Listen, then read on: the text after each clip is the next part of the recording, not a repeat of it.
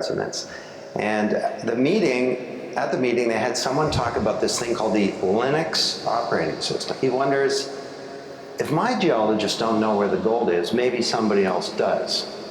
So, and now, for your listening pleasure, a few moments of pure digital silence. so he does a radical thing. In the mining industry, your most secret IP, it's kept in high security computer systems, is your geological data. He takes his geological data and he publishes it on the web and holds a contest called the Goldcorp Challenge. $500,000 prize money to the top 3 submissions on is there gold on this property, and if so, where? He gets 77 submissions. They come from around the world. They use techniques he's never heard of, not just geologists, mathematicians, computer scientists. He's got chemists getting organic solutions to inorganic problems. He gives out the $500,000 in prize money, and for that investment finds $3.4 billion worth of gold. His market value goes from $90 million to $10 billion, and I can tell you, because he's my neighbor, he's a happy camper. And he's now moved to the most expensive house in the neighborhood. Well, he just renovated his house now that he's a billionaire. So, but it's a great story because it underlines these 4 principles. Peering. Okay, it's not just about my people within the boundaries of my company, it's who are their peers.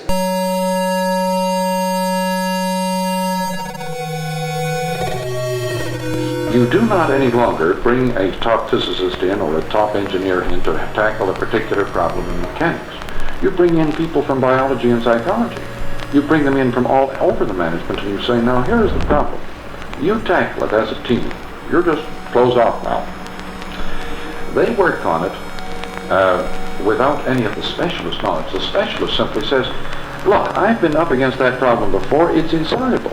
The team doesn't know enough to know. They're not specialists enough to know. You will not bring the specialist whose specialty the problem is. That is right. You keep him out. You keep him out. If it is a problem in physics, you keep out the physicist. That is correct. Marshall, this is called operations research. There are books on it. You do not bring in the specialist. No, you keep him out deliberately. You bring in people of other competences. Now, how do you reach him? Well, what you do is to put on the air not the knowledge, but the ignorance. That is, you explain your problem. The problem is this, and what we have done is this. We have done these things to solve this problem. And somebody out there will say, but you are doing all the wrong things. You would do it this way. Yeah. And so, that's what I call organized ignorance. Now, this idea of organizing ignorance rather than directing from viewpoint knowledge, but organizing field of knowledge from multiple points of view. Is organizing amateurism. Amateur field versus the specialist viewpoint on problem. Now, has Drucker written about this? Now that he's a billionaire. So, but it's a great story because it underlines these 4 principles. Peering. Okay, it's not just about my people within the boundaries of my company, it's who are their peers. And they might not even be geologists, they might be a computer science person. He opens up the boundaries of the corporation. Thirdly, he shares his IP. Now, you don't want to share all your IP, obviously, but you need a portfolio of IP, some that you own and some that you share. And he doesn't think global act local, he acts globally. He views the world as his geology department and use the mass audience and give them the problem and not the answers. Then that is definitely a positive point in favor of the mass media. Well, again, you're making a value judgment. I'm not making any judgments about the mass media. I say, if you want to solve these problems, give them to the ignorant. Don't give them to the learned. But you do want to solve them, don't you? Of course. Well, that's a value judgment then. No. It's a practical need. You know, the best people to work on this or that problem don't necessarily work for you. And I'll add, and they probably never will. Hi, this is Lois. Almost every problem will be characterized quickly and the fix will be obvious to someone.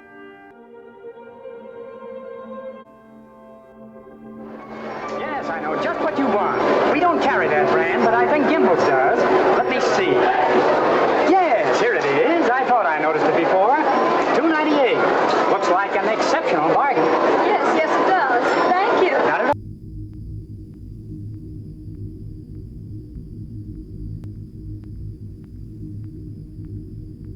all. Not at all.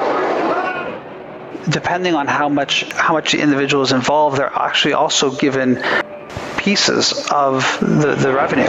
Why didn't one of you think of this idea? It's the greatest goodwill policy I ever heard of. Major changes that's come into the world with the electronic environment is that the audience becomes workforce. Every shopper in New York City suddenly thinks of Macy as a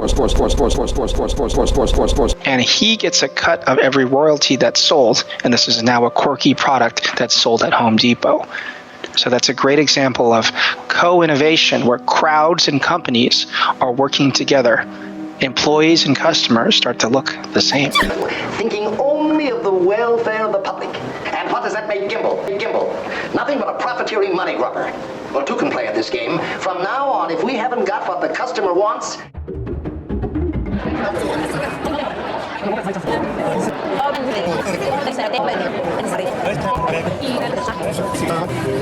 da mucha ternura. ¿Por qué tiene que haber una competencia entre las marcas? Now we'll take some at my store. Just a minute. I have something I'd like to give our friend here. This is just a little something to show my appreciation for all you've done. Thank you, Mr. Macy. Ooh, that's very kind of you. I didn't think you were that generous. That's a bit of money. What are you going to do with it? Well... Terminé acá, pero fue por una buena causa. King.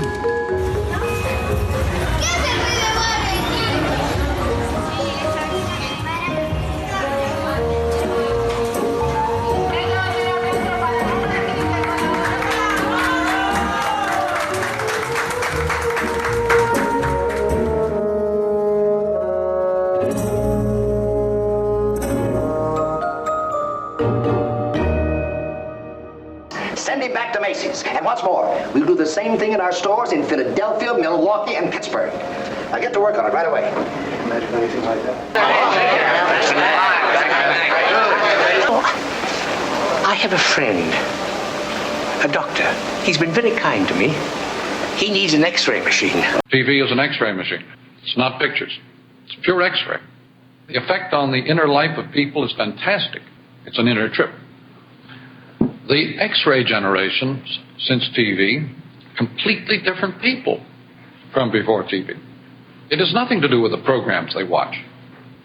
It has to do with the profound experience of being X-rayed.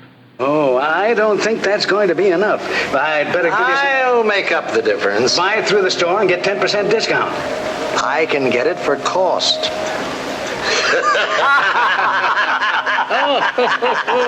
So this is surprising, but U-Haul, you can actually invest or retire perhaps on that truck, and every quarter you get a dividend for the performance of that vehicle. Crowdfunding, if corporations on that truck, and every quarter you get a dividend for the performance of that vehicle. Crowdfunding, if corporations do it, is actually the highest form of loyalty. You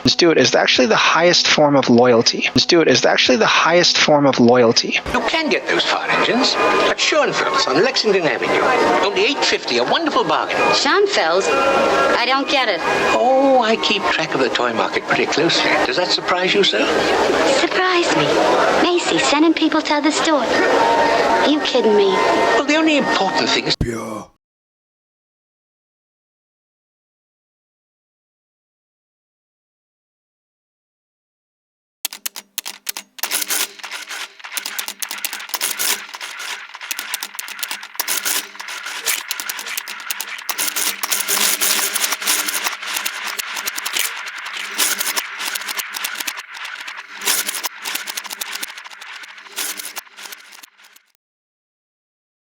Make the children happy.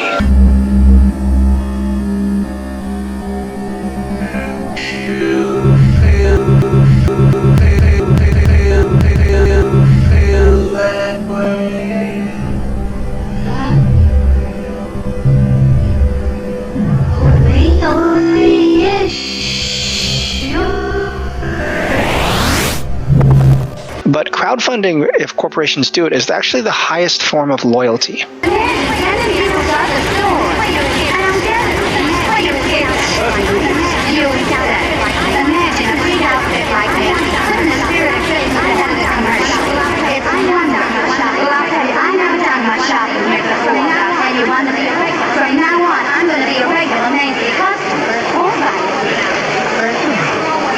Whatever.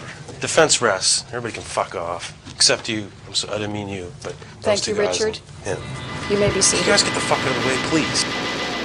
What will happen when intelligence is recognized as a global resource?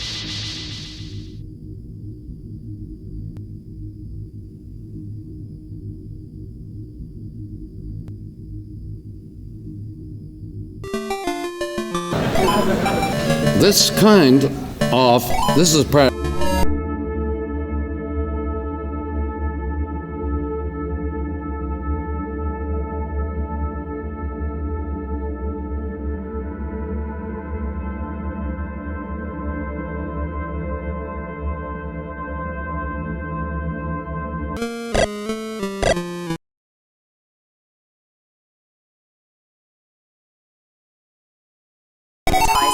This might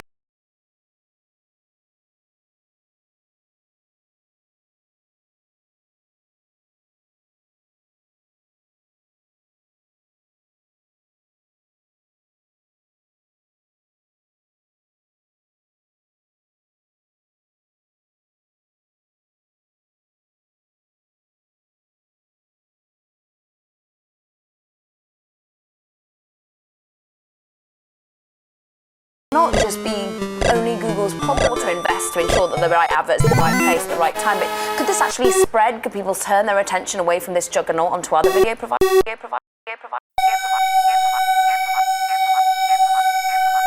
Idea that perception is something they do all the time. They have immense shortcomings. When you make a sandwich at home, do you reach down past the first 3 or 4 pieces of bread to go down and get the good bread? And then start looking at the facts. No perception in the sense of actual reading. I really wouldn't know about the language of one's... I don't watch much TV. I like to read. What do you do, a lot of that, did you ever notice kind of stuff? The language of one's, and the modes of one's environment, very rare. Only artists are trained in this skill. They develop this skill out of intense fascination with the problem.